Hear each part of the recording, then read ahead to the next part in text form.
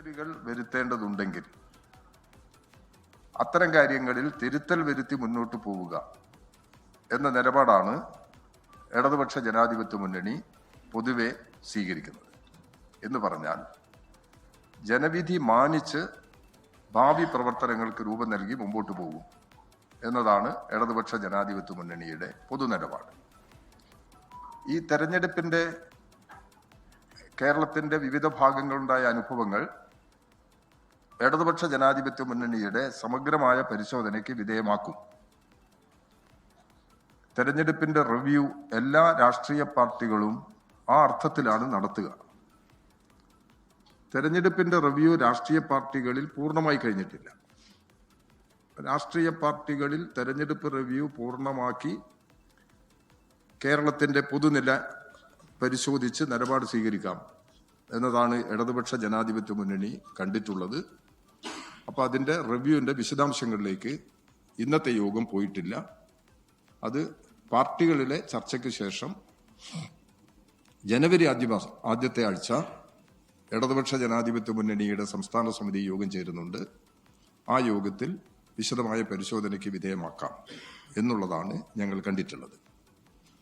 ഈ ജനവിധി മാനിച്ച് പ്രവർത്തിക്കും എന്ന് പറയുമ്പോൾ ഒരു തരത്തിലുമുള്ള അവസരവാദപരമായ നിലപാടും ഇടതുപക്ഷ ജനാധിപത്യ മുന്നണി കേരളത്തിൽ സ്വീകരിക്കില്ല. അത് ഈ തെരഞ്ഞെടുക്കപ്പെട്ട സ്ഥാപനങ്ങളിലെ ഭാരവാഹികളെ നിശ്ചയിക്കുന്നതിലും അവിടെ രൂപപ്പെട്ടു വരുന്ന സ്ഥിതിഗതികളിലും ഇടതുപക്ഷ ജനാധിപത്യ മുന്നണിയുടെ ജനവിധി മാനിച്ചുകൊണ്ടുള്ള നിലപാട് മാത്രമേ LDF സ്വീകരിക്കുള്ളൂ. അല്ലാത്ത അവസരവാദപരമായ ഒരു നിലപാടും ഇടതുപക്ഷ ജനാധിപത്യ മുന്നണി സ്വീകരിക്കേണ്ടതില്ല എന്നുള്ളതും ഞങ്ങൾ കണ്ടിട്ടുണ്ട്. തെരഞ്ഞെടുപ്പിന്റെ വിശദാംശങ്ങളെല്ലാം പല തലങ്ങളിലും വിശകലനം ചെയ്ത് വന്നുകൊണ്ടിരിക്കുന്നുണ്ട്. അതെല്ലാം വളരെ ഗൗരവത്തിലെടുത്ത് മുമ്പോട്ട് പോവുക എന്ന് തന്നെയാണ് ഞങ്ങൾ പൊതുവെ കാണുന്നത്. ഇന്ന് ഇടതുപക്ഷ ജനാധിപത്യ മുന്നണി ഈ കേരളത്തെ, നമ്മുടെ രാജ്യത്തെ ആകെ ബാധിക്കുന്ന 2-3 പ്രധാനപ്പെട്ട പ്രശ്നങ്ങൾ ആലോചിച്ചിട്ടുണ്ട്. അതിൽ ഇപ്പോഴുള്ള തൊഴിലുറപ്പ് പദ്ധതിക്ക് അടിസ്ഥാനമായ നിയമത്തിൽ മാറ്റം വരുത്താൻ കേന്ദ്ര ഗവൺമെന്റ് തയ്യാറായി നിൽക്കുകയാണ്. പാർലമെന്റിൽ ബിൽ അവതരിപ്പിച്ച് നിലവിലുള്ള നിയമം റദ്ദ് ചെയ്ത് ഒരു പുതിയ നിയമം നടപ്പിലാക്കുന്നതിന് വേണ്ടിയുള്ള നിലപാടാണ് സ്വീകരിക്കുന്നത്. ആ നിയമം വന്നു കഴിഞ്ഞാൽ തൊഴിലുറപ്പ് പദ്ധതിയിൽ ഇന്ന് രാജ്യത്താകമാനം ചെലവഴിക്കുന്ന തുക പൂർണ്ണമായും കേന്ദ്ര ഗവൺമെന്റാണ്. ആ പദ്ധതിയുടെ തന്നെ ഒരു കൺസെപ്റ്റ് അതാണ്. ദാരിദ്ര്യ ലഘൂകരണമാണ്. പാവപ്പെട്ട ജനങ്ങൾക്ക് കൂടുതൽ സഹായം കിട്ടത്തക്ക നിലയിൽ പദ്ധതി നടപ്പിലാക്കുക എന്നുള്ളതാണ്.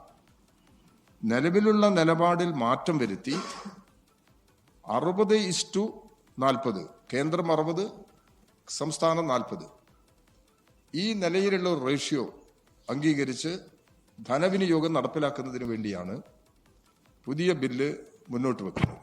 അതുമാത്രമല്ല, ഈ പദ്ധതി തന്നെ 60 ദിവസത്തേക്ക് നിർത്തിവെക്കാനും ഓരോ സ്റ്റേറ്റ് ഗവൺമെന്റിനും അധികാരം നൽകുന്ന നിലപാടും ഇതിന്റെ ഭാഗമായി സ്വീകരിക്കുന്നുണ്ട്.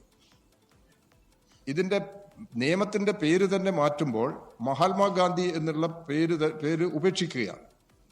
ഇപ്പോൾ മഹാത്മാഗാന്ധി ഗ്രാമീണ തൊഴിലുറപ്പ് പദ്ധതിയാണ് പൊതുവെ രാജ്യത്ത് നടപ്പിലാക്കി വരുന്നത്. അപ്പോൾ ഗാന്ധിജിയുടെ പേര് പോലും ഉപേക്ഷിക്കുന്ന നിലപാടാണ് അവർ സ്വീകരിക്കുന്നത്. അപ്പോൾ അത് BJP സ്വീകരിക്കുന്ന ഒരു രാഷ്ട്രീയ നിലപാടിന്റെ ഭാഗമാണത്.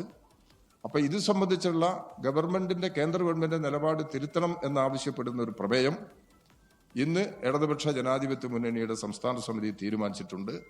ഗവൺമെന്റ് ആവശ്യമായ മാറ്റം വരുത്തണം എന്ന നിലപാട് ഉയർത്തി ഈ ഡിസംബർ മാസം 22-ാം തീയതി എല്ലാ ജില്ലകളിലും കേന്ദ്ര ഗവൺമെന്റ് ഓഫീസുകൾക്ക് മുമ്പിലുള്ള ഒരു സമരം ഇടതുപക്ഷ ജനാധിപത്യ മുന്നണിയുടെ നേതൃത്വത്തിൽ സംഘടിപ്പിക്കണം എന്നുള്ളതും തീരുമാനിച്ചിട്ടുണ്ട്.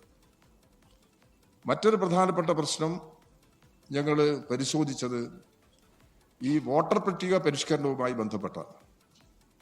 ഇപ്പോൾ കേരളത്തിൽ ഏറ്റവും അവസാനമായി വന്നു ചേർന്നിട്ടുള്ള സ്ഥിതി 25 ലക്ഷത്തോളം ആളുകൾ പട്ടികയിൽ നിന്ന് ഒഴിവായി പോകും എന്നുള്ളതാണ്.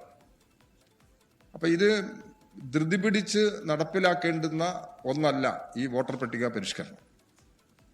എന്നാൽ കേന്ദ്ര ഗവൺമെന്റ് രാഷ്ട്രീയ പാർട്ടികൾ ഉയർത്തിക്കൊണ്ടുവന്ന അഭിപ്രായങ്ങളൊന്നും പരിഗണിക്കാതെയുള്ള ഒരു സമീപനമാണ് സ്വീകരിക്കുന്നത്. ഇപ്പോഴും ഇതിന് മതിയായ സമയം അനുവദിക്കപ്പെട്ടിട്ടില്ല. അപ്പോൾ പട്ടികയിലുള്ള ലക്ഷക്കണക്കിന് വോട്ടർമാർ വോട്ട് ചെയ്യുന്നതിനുള്ള അവകാശം നഷ്ടപ്പെടുന്ന സ്ഥിതിയിലേക്കാണ് കാര്യങ്ങൾ എത്തുക. ഞങ്ങൾ ആവശ്യപ്പെടുന്നത് ഇവിടെ കേരളത്തിൽ പൗരത്വം നേടിയിട്ടുള്ള ഇവിടെ ജീവിക്കുന്ന മുഴുവൻ ആളുകൾക്കും വോട്ടവകാശമുള്ള മുഴുവൻ ആളുകൾക്കും വോട്ട് ലഭ്യമാക്കണം. അതിന് ഉറപ്പുവരുത്തിക്കൊണ്ട് മാത്രമേ ഇലക്ഷൻ കമ്മീഷൻ ഈ ലിസ്റ്റ് വോട്ടർ പട്ടിക അവസാന രൂപം നൽകി പ്രസിദ്ധീകരിക്കാൻ പാടുള്ളൂ എന്ന നിലപാടാണ് ഞങ്ങൾ മുന്നോട്ട് വെക്കുന്നത്. ഈ പ്രശ്നങ്ങളിലും കേന്ദ്ര ഗവൺമെന്റ് ആവശ്യമായത്ര സമയം അനുവദിക്കണം. എല്ലാവരുടെയും വോട്ടവകാശം സംരക്ഷിക്കപ്പെടണം.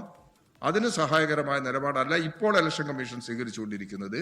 അതിൽ മാറ്റം വരുത്തി എല്ലാവരുടെയും വോട്ട് സംരക്ഷിക്കാൻ ആവശ്യമായ നിലപാട് സ്വീകരിക്കണം എന്നൊരു പ്രശ്നവും ഇടതുപക്ഷ ജനാധിപത്യ മുന്നണി ഇന്ന് കേരളത്തിൽ ഉയർത്തിയിട്ടുണ്ട്. മൂന്നാമതൊരു പ്രശ്നം, ഇപ്പോൾ ഈ തിരുവനന്തപുരത്ത് ചലച്ചിത്രമേള, അന്താരാഷ്ട്ര ചലച്ചിത്രമേള നടന്നുകൊണ്ടിരിക്കുകയാണ്. ആ ചലച്ചിത്രമേള നടന്നുകൊണ്ടിരിക്കുന്ന സമയത്ത് 19 സിനിമകൾ ഇവിടെ അവതരിപ്പിക്കാൻ പാടില്ല. അതിന് അടിസ്ഥാനമായിട്ട് അവരെടുത്തത് ഈ പാലസ്തീൻ ജനത ഇന്ന് നേരിട്ടുകൊണ്ടിരിക്കുന്ന ലോകത്തിനുള്ള ഒരു ഗൗരവമായ പ്രശ്നമാണ്. അതുമായി ബന്ധപ്പെടുന്ന സിനിമകൾ ഉൾപ്പെടെ 19 സിനിമകൾ, അതാണ് അടിസ്ഥാനം, 19 സിനിമകൾ ഒഴിവാക്കുക, അവതരണാനുമതി നിഷേധിക്കുക എന്ന നിലപാടാണ് കേന്ദ്ര ഗവൺമെന്റ് ഇക്കാര്യത്തിൽ സ്വീകരിച്ചിട്ടുള്ളത്. ആ നിലപാടിനെ ഇടതുപക്ഷ ജനാധിപത്യ മുന്നണി പ്രതിഷേധിക്കുന്നു. മാത്രമല്ല, ഇപ്പോൾ കേന്ദ്ര ഗവൺമെന്റ് റദ്ദ് ചെയ്തിട്ടുള്ള ഈ സിനിമകൾ പ്രദർശിപ്പിക്കുക എന്നുള്ള നിലപാടിലേക്കാണ് പോകേണ്ടത്.